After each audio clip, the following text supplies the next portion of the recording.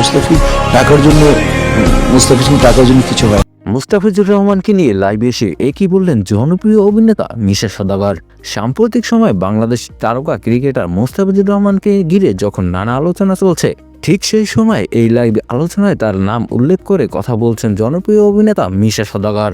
লাইভে মিশা সওদাগর বলেন, মুস্তাফিজুর রহমান শুধু একজন ক্রিকেটার নন, তিনি বাংলাদেশের কোটি মানুষের গর্বের প্রতীক। তার কথায় মুস্তাফিজ কঠোর পরিশ্রম করে আর শৃঙ্খলার মাধ্যমে আজ এই জায়গায় পৌঁছেছেন, আর সেই কারণেই তরুণীদের কাছে তিনি একজন আদর্শ। মিশা সওদাগর আরও বলেন, খেলোয়াড়দের সবসময় খেলোয়াড়ের হিসাবেই দেখা উচিত। মাঠের বাইরে আলোচনা বা সমালোচনা একজন ক্রীড়াবিদের কেরিয়ারের প্রভাব ফেলুক, এটা কেউই চায় না। তিনি মনে করেন মুস্তাফিজের মতো খেলোয়াড়রা বাংলাদেশের ইতিবাচক দিনগুলো বিশ্বমঞ্চে তুলে ধরে, আর এমন খেলোয়াড়দের পাশে দাঁড়ানো সবার দায়িত্ব।